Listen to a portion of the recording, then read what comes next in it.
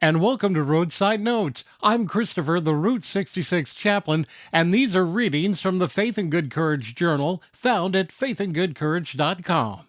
These are stories from and for the road, a little grace for the miles ahead, and reminders that hope still travels with us. This journal, Rule 66 Kindness, is from my entry on February 26, 2026. Rule 66 Kindness is not loud. It does not announce itself with signs or slogans. Most of the time, it looks like slowing down when everyone else is rushing past. It looks like noticing what's right in front of you and deciding not to look away. I believe that is the work I am called to do, not because it earns points or proves belief, but because it leaves people better than I found them. I've learned that kindness rarely feels efficient. It often interrupts plans, schedules, and carefully constructed routines. We tend to imagine compassion as something reserved for special moments, but most of the opportunities arrive unannounced. They show up in parking lots, at diner counters, on sidewalks, and in conversations we almost avoid because we're tired or unsure of what to say.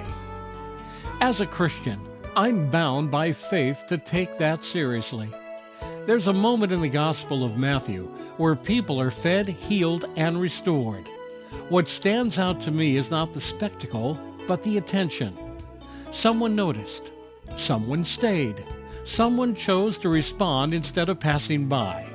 That moment does not demand belief from the reader. It simply describes what happens when compassion is allowed to take the lead. We live in a time when opinions travel faster than compassion. It's easier to argue than to assist, easier to post than to pause. Rule 66 Kindness asks something different. It asks us to notice who is struggling without first deciding whether they deserve help.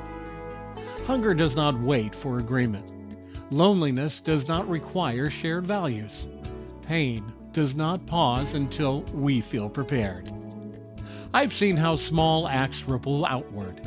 One meal becomes conversation. One conversation becomes dignity. One moment of dignity can change the direction of a day, sometimes even a life. None of that requires theology. It only requires attention and a willingness to act. There's a difference between kindness that performs and kindness that moves. Performing kindness wants to be seen.